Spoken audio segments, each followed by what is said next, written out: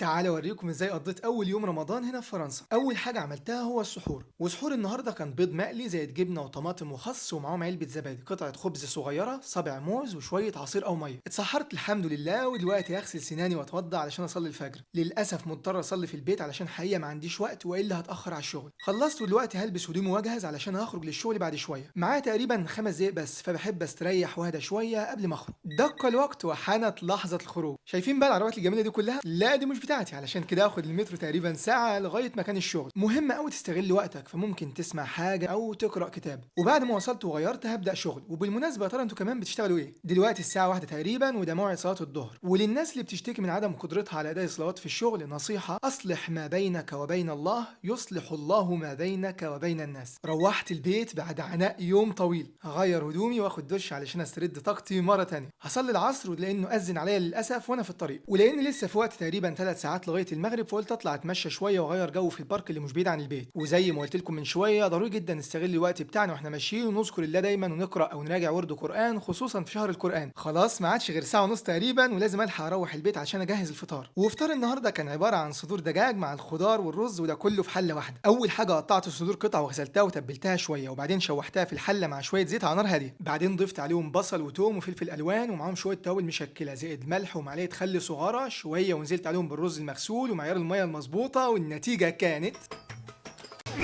لا حقيقة الأكل كان جميل، ولكن المشكلة هي إننا بعيد عن أهلنا. الله يجمع شمل كل مغترب بأهله وحبايبه. وأنتوا فطرتوا إيه النهاردة بالمناسبة؟ خلصت ودلوقتي هنروح نصلي العشاء وركعتين أو 4 من التراويح مع جيراني وأصحابي في نفس الوقت، بنيامين وشاكر. وبنيامين ما شاء الله عليه حاليا بيحاول يعلمه بعض الكلمات والجمل العربية. تتحدث جيدا؟ نعم. ما هي الكلمات التي تعرفها؟ انتبه وانظر. وصلنا الحمد لله، والمسجد كان جميل ونضيف جدا ما شاء الله. خلصنا وقبل ما انام قلت اسهر شويه واتسلى في الطبق اللطيف ده. وانتوا قولوا لي ازاي قضيتوا اول يوم، وكان الصيام صعب ولا لا؟ تابعوني واستنوني في فيديو جديد. كان معاكم محمد غطاس من هنا من باريس، وسلام.